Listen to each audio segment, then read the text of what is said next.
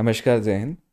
मेरा नाम गुप्तेश आचार्य है और मेरा एक यूट्यूब में चैनल है। सीजीपीएससी और यूपीएससी जैसे जुड़ी परीक्षाएं, जो प्रतियोगी परीक्षाएं, उसके लिए मैं चीज़ों को पढ़ाता हूँ और बहुत सारे लेक्चर्स जो हैं, सारे सब्जेक्ट लगभग मैं वहाँ पढ़ाता हूँ। इसके साथ ही साथ मैं मुफ्त शिक्षाएं के लिए भी काम करता हूँ और बहुत कम कीमतों में इन चीज़ों की तैयारी करवाता हूँ। मुद्दा वो नहीं है, मुद्दा ये है कि सरकार जो है अभी 76% आरक्षण लागू करने की दिशा में आगे बढ़ रही है। संभवतः वो लागू भी हो जाए। यदि वो आरक्षण लागू हो जाता है, उसके बाद से हर उस वर्ग के विद्यार्थी पर इम्पैक्ट पड़ेगा जो कहीं ना कहीं आरक्षण के क्षेत्र के अंतर्गत नहीं आता या उसको आरक्षण नहीं मिला हुआ है। मान लीजिए कि आज की डेट में, जब थोड़े दिन पहले जो 58% आरक्षण लगा था, उसके आधार पर जितने भी लोग थे, मान लीजिए आपका बच्चा अगर जनरल से आता है, उसको आरक्षण नहीं मिला हुआ है, तब वो अगर 15 रैंक में भी आता है तो भी डिप्टी कलेक्टर के अगर उसको पोस्ट में देखना है तो वो वेटिंग लिस्ट के आसपास चले जाएगा। लेकिन अगर कोई दूसरा आरक्षित वर्ग का विद्यार्थी है और उसका रैंक 200 भी आया है, उस केस में भी वो डिप्टी कलेक्टर बन जाएगा पहली लिस्ट के तहत। वेटिंग लिस्ट का मतलब होता है कि अगर किसी ने ज्वाइनिंग नहीं ली तो इस विद्यार्थी को ज्वाइनिंग मिल जाएगी। मतलब आप 15 रैंक ला कर भी, आप टॉप करके भी अगर बहुत अच्छे रैंक भी ला रहे हैं तो भी आपको अपना मन चाहा पोस्ट नहीं मिल पा रहा है। थोड़ा सा अगर आप नीचे जाएंगे, नीचे पोस्ट में जाएंगे, तो आपको मालूम चलेगा कि सिलेक्शन ही नहीं होगा। कहने का मतलब, अगर 100 लोगों का सिलेक्शन लेना है, मेरिट बनाई गई, तो 100 में से मेरिट में शुरुआत के जो ऊपर के 24 बच्चे होंगे और वो जनरल के होंगे, अगर टॉप के होंगे और जनरल में आएंगे तभी उनका सिलेक्शन होगा, अन्यथा उनका सिलेक्शन नहीं होगा। और बाकी के तो फिर कितना भी रैंक लाएं आप सेलेक्ट हो जाएं, ऐसा टाइप का मामला बनेगा। तो ये एक वर्ग विशेष के लिए प्रताड़ना है। यदि आपका बच्चा जनरल से आता है तो हम लोग अभी चीज़ें जो कर रहे हैं कि अगर 76% आरक्षण के साथ अगर पेपर होंगे तो सरकारी सभी परीक्षाओं का बहिष्कार करना है, चुनाव का बहिष्कार करना है। नेता का वर्ग हो या कोई भी वर्ग हो, एक सामान्य वर्ग के लोगों को इस प्रकार से देख रहा है, इस प्रकार से कर रहा है कि उनकी जीवन तो कुछ मर्थ अर्थ ही नहीं रखती। जी क्यों रहे हैं, मर जाएं, ऐसा। और सारे समाज में ऐसी प्रतिक्रियाएं बना रखी हैं कि एक वर्ग विशेष को दबाव में डाला जा रहा है, घृणा की दृष्टि से देखा जा रहा है। क्यों घृणा की दृष्टि से देखा जा रहा है? क्या आपका किसी ने बिगाड़ दिया? कुछ नहीं। और जब तक आप अपने अधिकारों की लड़ाई नहीं लड़ोगे तो कुछ नहीं मिलेगा। भारत का संविधान का आर्टिकल 15 आपको ये अधिकार देता है, मूल अधिकार देता है कि किसी भी हिसाब से, किसी भी स्थिति या परिस्थिति में जाति के हिसाब से आपके साथ भेदभाव नहीं हो सकता। सरकार को ये अधिकार उसी के साथ संविधान में मिला हुआ है। यदि कोई जाति वर्ग थोड़ा पिछड़ा हुआ है तो उसके लिए कुछ नीतियां बनाएं अलग से, उसके लिए मामला है। लेकिन अगर आप 50% से ज़्यादा मामला उसको ले जाते हैं तो ये बराबर की स्थिति नहीं बनती। यदि आरक्षण को देते समय आप जनसंख्या को आधार बनाएंगे तो फिर तो लोग बच्चे पैदा करना शुरू कर देंगे। तो फिर तो ऐसा, फिर जनरल वाले को सबको तो एक एक घर में 10-10 बच्चे पैदा करो, तो वो तो 4 साल में जनसंख्या बढ़ा देंगे और इतनी जनसंख्या कर देंगे 4 साल में कि फिर तो आरक्षण 100% फिर उनको मिलना चाहिए, ऐसा हो जाएगा। ना तो गरीबी के आधार पर जब आप बीपीएल कार्ड बनाते हैं तो न जाने कितने अपात्र लोगों के घर में बीपीएल कार्ड मिलते हैं। इस बात से आप लोग सब अनभिज्ञ नहीं है, अनजान नहीं है। तो आपको ये समझना है कि जब हम कानूनी रूप से चीज़ें माननीय न्यायालय के पास लेकर जाएंगे, चाहे वो हाई कोर्ट हो या सुप्रीम कोर्ट हो, तो एक वकील की आवश्यकता पड़ती है और वकील की खर्च होती है, कुछ पैसे लगते हैं। और वो पैसे हम सब जो भी वर्ग वाले हैं, अगर मिल के एक एक 2-2 रुपये, 10-10, 20-20, 25 रुपये, जितना हमसे संभव हो हम दें, तो अच्छा वकील करके अगर हम इस मामले को यहाँ पर लड़ते हैं, अपनी लड़ाई लड़ते हैं, तो हम अपने अधिकार और अपने आने वाले भविष्य बच्चों की, पीढ़ियों के अधिकार की रक्षा कर सकते हैं। ठीक इस प्रकार की एक चीज़ अंग्रेज़ों ने की थी, जिसे फूट डालो और शासन करो की नीति कहती हैं। तात्कालिक रूप से राजनीति जो चल रही है, बहुत बड़ा बात मैं बोलना चाह रहा हूँ, बट मुझे लगता है कि बात सही है। सब जानते हैं कि राजनीति जो है जातिगत तौर पर चल रही है। सरनेम देखकर वोट दिया जाता है, काम देखकर नहीं, इसीलिए देश अभी पिछड़ा हुआ है। कहीं से भी बेरोजगारी दर निकाल के बताया जा रहा है कि बेरोजगार है ही नहीं लोग यहाँ पर। तो फिर ये जो घर में बैठ के तैयारी कर रहे हैं बच्चे, वो कौन है? दूसरे ग्रह के हैं कि आप काउंट ही नहीं करना चाहते? खास तौर पर अगर आप आरक्षित वर्गों की भी बात करें तो आरक्षित वर्ग में से जितने बच्चे सेलेक्ट हुए हैं आरक्षण लेके, आप उनको आरटीआई लगाकर चेक करिए सर, कितने बच्चे के जो माँ बाप हैं जो आरक्षण से सेलेक्ट हुए हैं, वो किसी बड़े घर से वास्ता रखते हैं कि नहीं रखते? सब राजपत्रित अधिकारी के बच्चे आपको देखने के लिए मिलेंगे, बड़े बड़े अधिकारियों के बच्चे देखने के लिए मिलेंगे, जिनके पास पैसे हैं, कोचिंग भेज कर पढ़ा रहे हैं। उन गरीब विद्यार्थियों का क्या, जिनको आरक्षण तो मिला हुआ है लेकिन सुविधाएं संसाधन नहीं मिली हुए हैं। आरक्षण की सीमा बढ़ा देने से कम पासिंग मार्क्स पे भी लोग पास हो जाएंगे तो और कम पढ़ेंगे। और एक वर्ग जो है, आप मात्रा समझ के देखिए, आपका बच्चा अगर गणित का पुस्तक पढ़ रहा है, क्लास 10th में है, अगर उसकी पासिंग नंबर 33 है तो वो 33 के लायक पढ़ेगा और 33 के लायक ज्ञानवान बनेगा। लेकिन अगर पासिंग नंबर 50 है तो वो 50 के योग्य पढ़ेगा और ज़्यादा ज्ञान उत्पन्न करेगा, ज़्यादा दिमाग में उसकी बातें आएगी। आप एक समाज के वर्ग को समझदार बनाना चाहते हैं या तो फिर और उसको चाह रहे हैं कि और वो उसकी हालात ख़राब हो जाए। और जब आप आरक्षण को बढ़ाते जाते हैं तो वो संवैधानिक तौर से किसी न किसी के मूल अधिकार की रक्षा करता है। ये कौन सी भावना हमारे अंदर पैदा हो गई है कि एक दूसरे को कुचल कर आगे निकल जाए, भेदभाव की भावना। संविधान में फिर आर्टिकल 15 जो है, कभी किसी स्तर में हमको ये महसूस ना होने लग जाए कि उसका क्या महत्व रख गया, कैसे मूल अधिकार हो गया। जब आप बोलते हैं कि मूल अधिकार में जाति के हिसाब से विभेद नहीं होना है, लेकिन फिर आप आरक्षण में ऐसा डाल देते हैं कि जाति के हिसाब से विभेद हो जाता है। मुझे न जाने कितने जनरल कास्ट के जो बच्चे हैं वो मैसेज करके बोलते हैं कि सर हम लोग का आरक्षण में तो है नहीं मामला, हम लोग का सिलेक्शन तो नहीं हो पाएगा, पढ़ाई छोड़ दें क्या, 3-4 साल से पढ़ाई कर रहे हैं, उनका कैसे होगा सिलेक्शन। जब आप नॉर्मल चीज़ें निकाल कर देखते हैं, CGPSC का आप सिलेक्शन लिस्ट निकाल कर देखते हैं, तो कुछ तो पद ऐसे हैं जिसमें जनरल के बच्चे ही नहीं जा रहे हैं। इंटरव्यूज़ में भी वो चीज़ें आपको देखने मिलेगी, इंटरव्यू के नंबर आप कभी निकाल कर चेक करें सर। और एक वर्ग के साथ ही, मैं नाम किसी वर्ग का लेना नहीं चाह रहा हूँ, लेकिन आप जब इंटरव्यू के मार्क्स देखेंगे तो कुछ वर्गों को जानबूझ के अच्छे मार्क्स दिए हैं, कुछ को नहीं दिए गए हैं। तो कब तक हम लोग जातिगत विभेद के अनुसार लड़ाई लड़ेंगे? एक दूसरे से क्यों लड़ें? आपके पास, सरकार के पास नौकरी नहीं है। अगर मान लो 100 नौकरियां हैं, 100 बच्चे हैं, सब कैटेगरी मिला के सबको नौकरी मिल जाएगी, कोई बेरोजगार नहीं बैठेगा। वो आरक्षण तुमको लगाने की जरूरत नहीं है। दिक्कत इसलिए है आपके पास पढ़ाने के लिए सीटें नहीं है, शिक्षा व्यवस्था लचर है आपकी।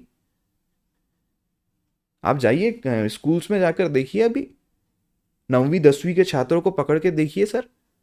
कोरोना के टाइम पे आपने साइन करके पास करवा दिया सबको।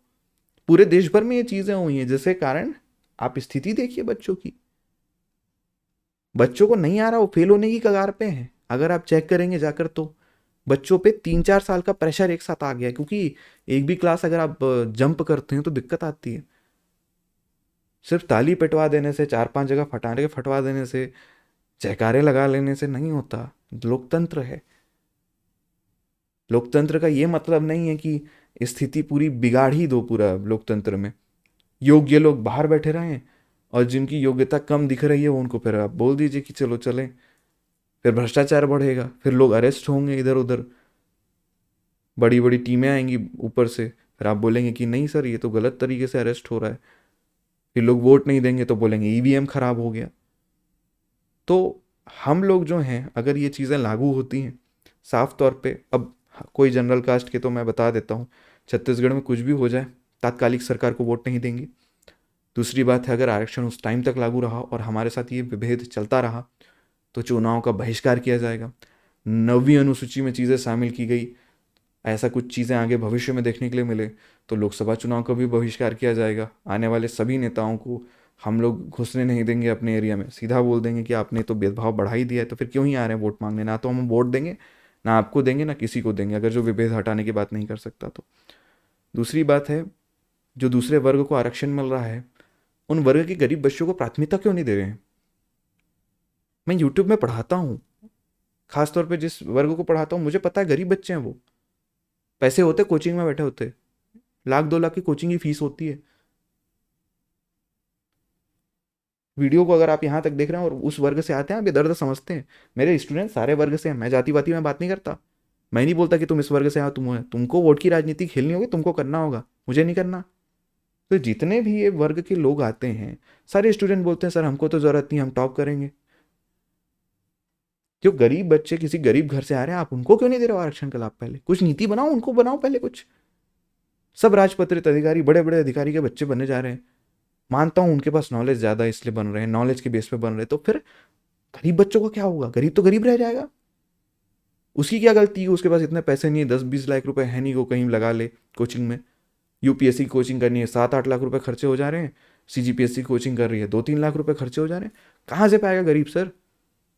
ईडब्ल्यूएस की कैटेगरी में आपने तो एक बेड़ा डाल दिया है कि साल भर का इनकम इससे कम नहीं होना चाहिए। कहाँ से एक इनकम टैक्स के अंदर का जो मुद्दा है, 5 लाख के अंदर का ईडब्ल्यूएस का एक व्यक्ति मान भी लो, 5 लाख में से 2 लाख अगर वो ले दे के 5 लाख में घर चलता है।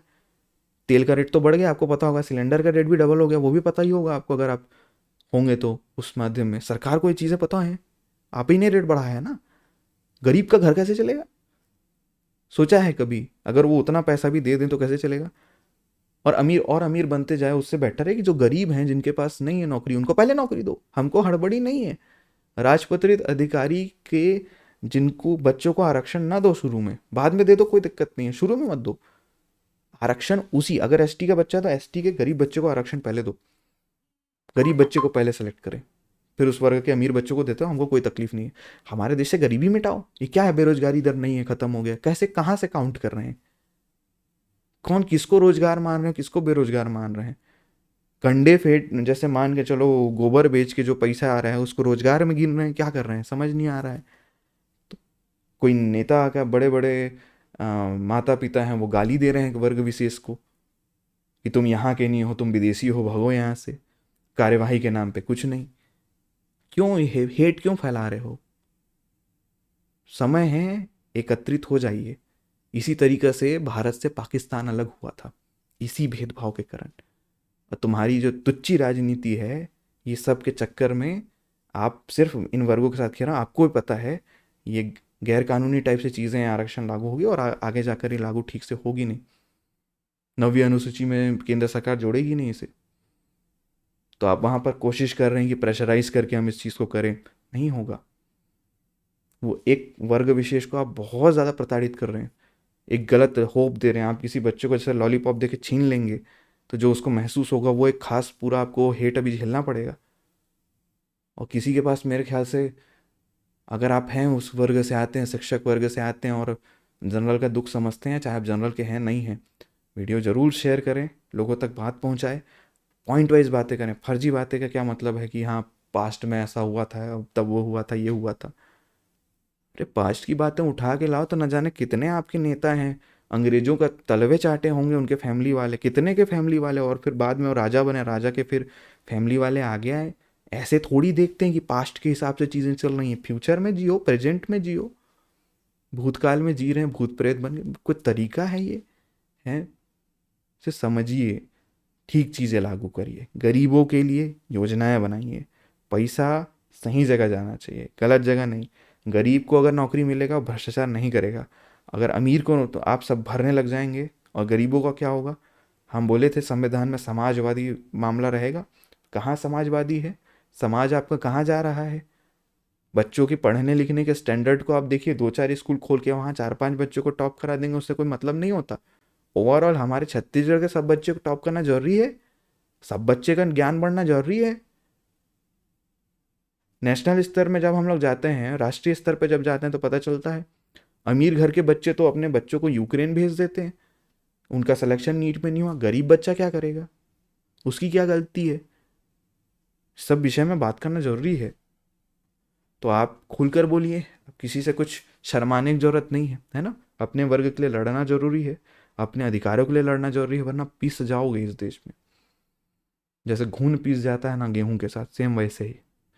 तो बिल्कुल आपको अपने अधिकारों की बात करनी पड़ेगी। किसी से भेदभाव मत करें, बहसबाजी ना करें। पता चल रहा है जनरल वाले सब आपस एक दूसरे में लड़ रहे हैं, जनरल एसटी एससी सब लड़ रहे हैं। हम तो एक है ना, बचपन से आपको कुछ अंतर हुआ था? फिर जब इस देश ने अंतर नहीं किया, भूमि ने अंतर नहीं किया, फिर ये सब भेदभाव क्यों करना है? आपस में बिल्कुल नहीं लड़ना है। सरकार बरकरार रही है हमको आपस में लड़ने के लिए। अगर आपस में हम सब लड़े तो सरकार का फायदा होगा। फूट डालो शासन करो की नीति अंग्रेज लगाए थे इसी देश में, जिसके कारण पाकिस्तान बना। और आज तक वो पाकिस्तान जो है वो चुभता है आतंकवाद के नाम पे। और अगर आप ऐसे ही जातिगत मामलों में लड़ते रहे चीज़ें बहुत बाद में विकराल बनेंगी प्रॉब्लम। देशभक्ति ज़रूरी है तो हमको सबको साथ में रहकर न्याय संगत चीज़ें करनी पड़ेंगी। नमस्कार, जय हिंद। ज़्यादा से ज़्यादा लोगों को जोड़ें, इस चैनल का वीडियो शेयर करें, सब्सक्राइब करें, ताकि एक जगह में एकत्र होकर शांति प्रिय तरीके से हम चीज़ों को, अपने हक को, अधिकार को मांगे, शांति प्रिय तरीके से।